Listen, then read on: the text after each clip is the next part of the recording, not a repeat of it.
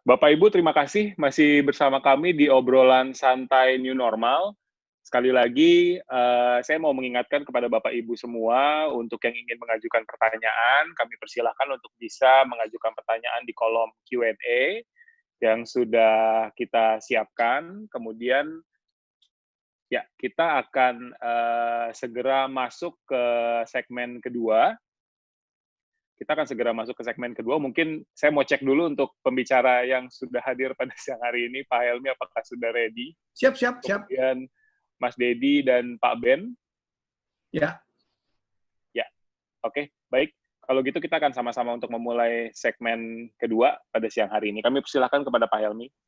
Baik, terima kasih Dewa. Saya mohon izin kepada Dedi dan Pak Ben. Mungkin saya akan ada sharing beberapa slide dulu ya. Ya, jadi saya akan mana? Oke. Ya, ini dia. Siap.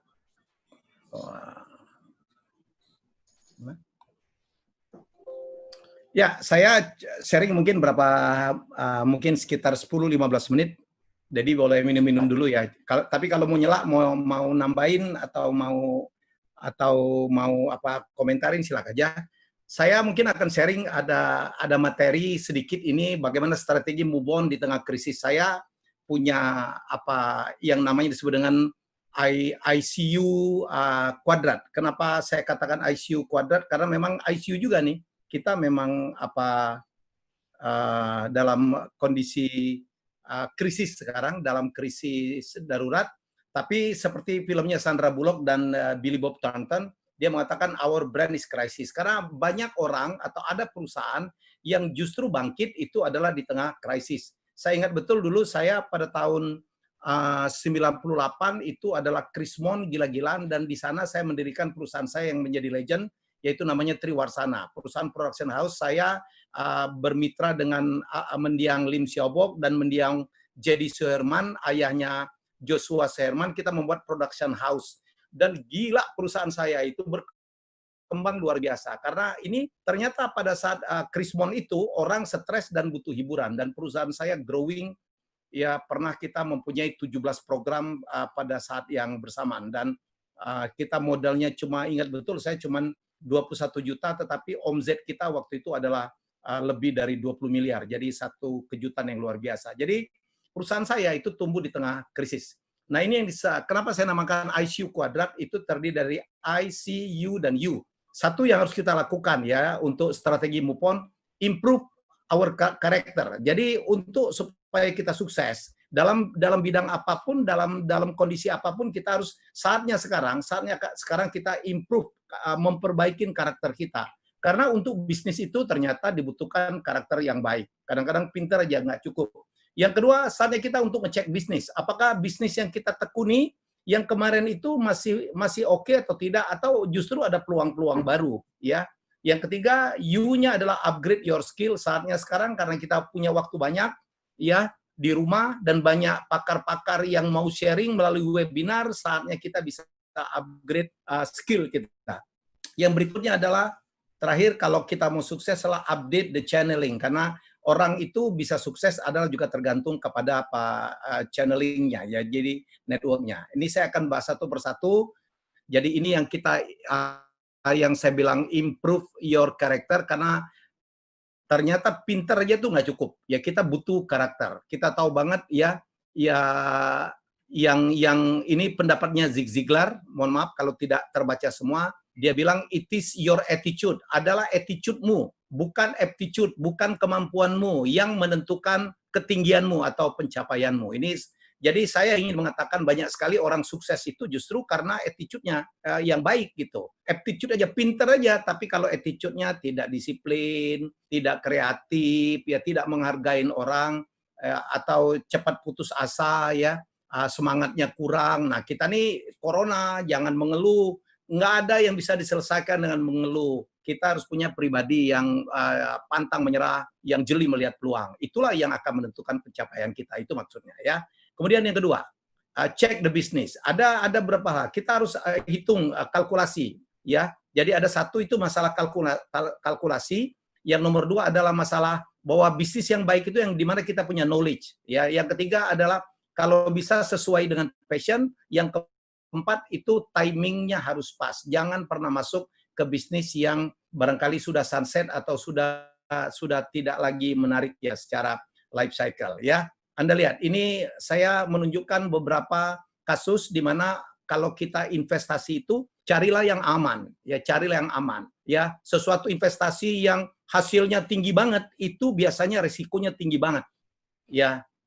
Saya dikaitkan dengan properti. Kalau Anda mau beli properti, belilah dari pengusaha properti yang udah punya reputasi, udah yang terbukti selalu mendeliver janji-janjinya. Ya, jadi sekali lagi, kalau Anda diajak berbisnis oleh orang, ingat high risk high return. Ya itu ini. Jadi kalau risikonya tinggi, pasti returnnya tinggi. Atau kalau returnnya tinggi, pasti risikonya tinggi. Itu selalu beriringan. Celakanya banyak sekali orang yang melakukan penipuan, ya menawarkan bisnis-bisnis yang returnnya tinggi banget, padahal risikonya itu pasti tinggi banget dan tidak disampaikan dengan baik. Ya, jadi itu yang ini yang saya ingin sampaikan.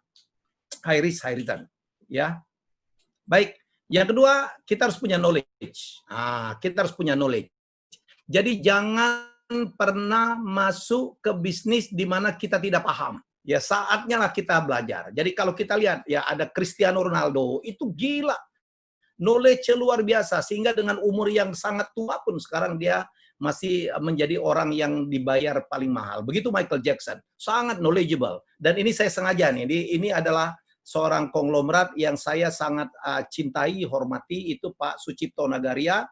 Saya berapa kali ketemu beliau dengan Ibu, seorang yang sangat humble, seorang yang juga sangat-sangat fokus dalam bidangnya. Supaya saya nggak salah, mungkin saya barangkali Pak Ben bisa sharing dikit Pak Ben, karena Pak Ben tahu benar karena bertahun-tahun bersama Pak Cipto. Monggo Pak Ben. Ya, terima kasih Pak Helmi. Jadi Pak Cipto ini founder dari PT Summarecon Agung Tbk. Summarecon Agung Tbk itu tahun ini udah genap 45 tahun. Ya. Ya, jadi Pak Sucipto ini menurut saya pribadi, beliau adalah pengembang sejati, beliau adalah guru ya, suhu buat kami semua. Dia selalu mengajarkan nih, contoh ajaran yang kelihatannya sederhana, tapi sebenarnya artinya tinggi sekali. Contoh, jadi Summarecon ini kan berkali-kali kalau jual rumah, bisa 1 klaster, 2 klaster itu habis dalam 1 hari. Jadi 200 sampai 400, 500 rumah habis 1 hari. Apartemen bisa 2.000 habis dalam 1 hari.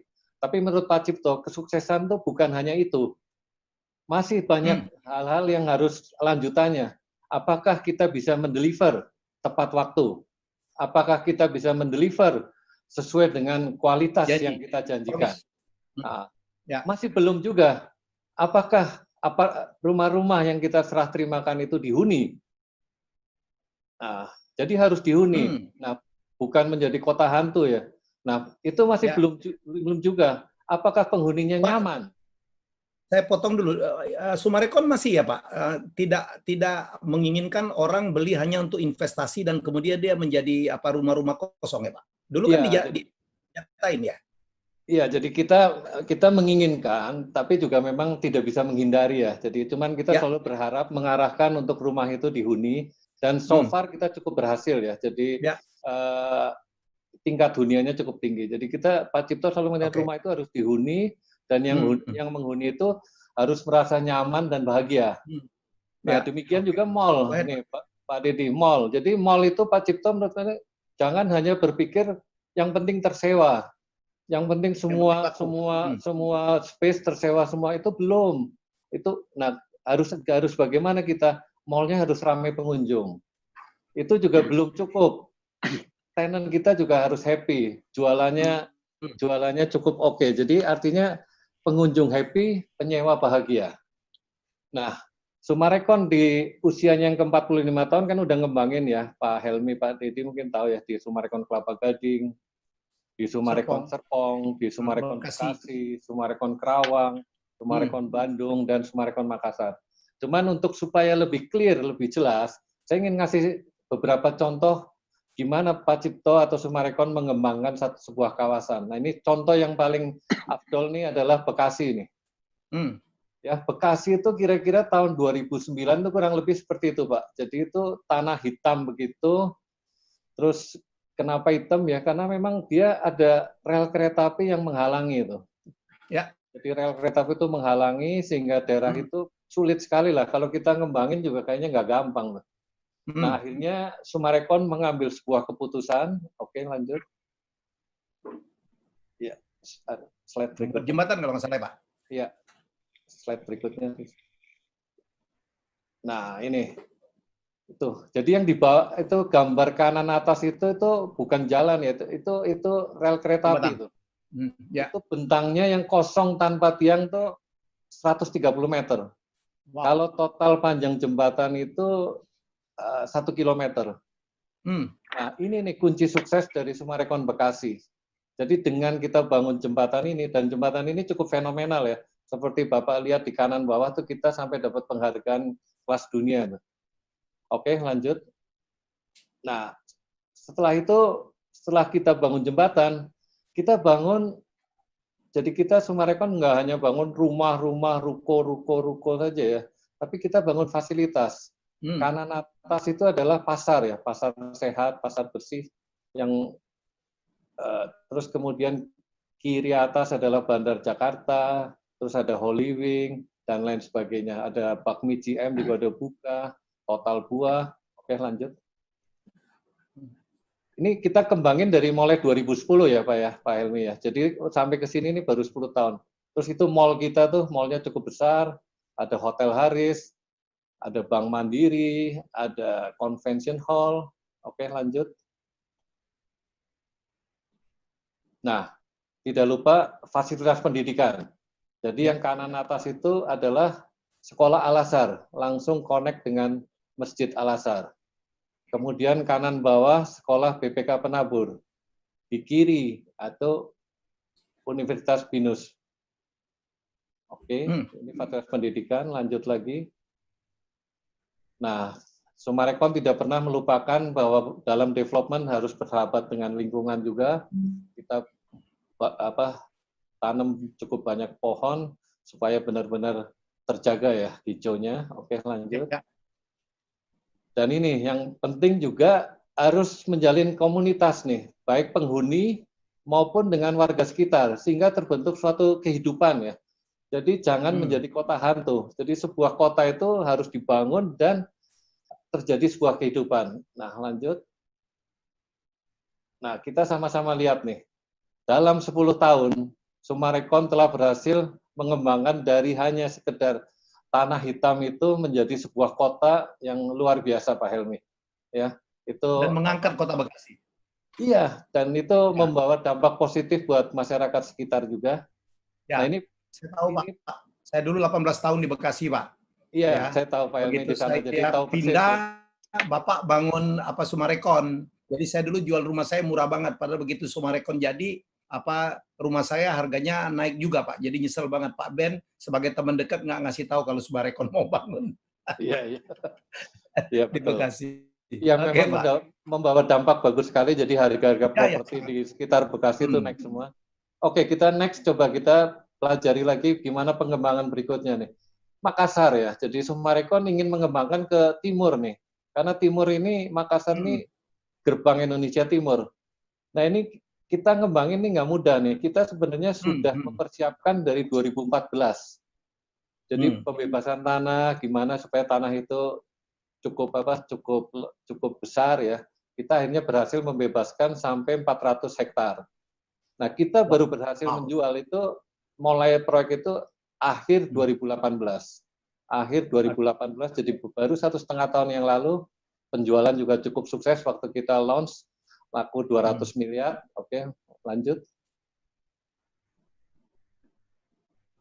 Nah, kita udah bangun nih, baru 1,5 tahun ya. Bapak lihat tuh, boulevard kita tuh 40 meter, sudah kita bangun, dan sudah rindang. Oke, lanjut. Lebar banget jalannya ya.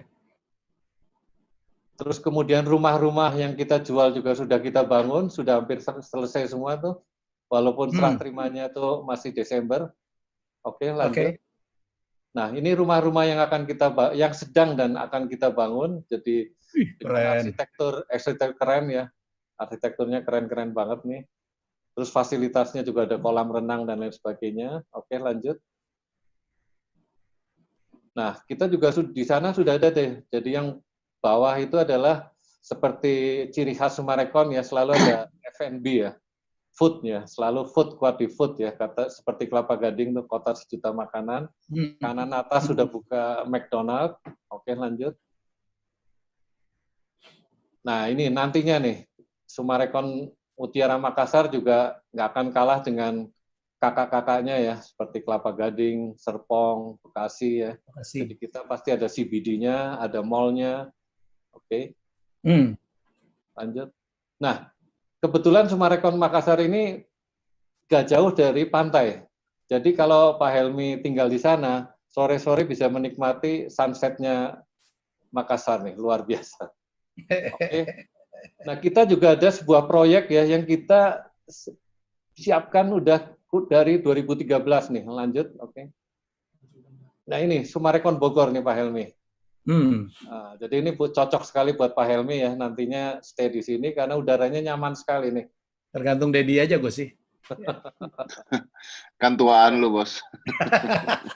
Ya, jadi ini pengembangan ya. Jadi sekali lagi ini Pak Cipto, jadi kalau mengembangkan itu benar-benar ingin serius. Kotanya benar-benar hidup ya, kotanya benar-benar semua yang menempati di situ, baik yang berjualan maupun yang menempati rumahnya tuh happy semua.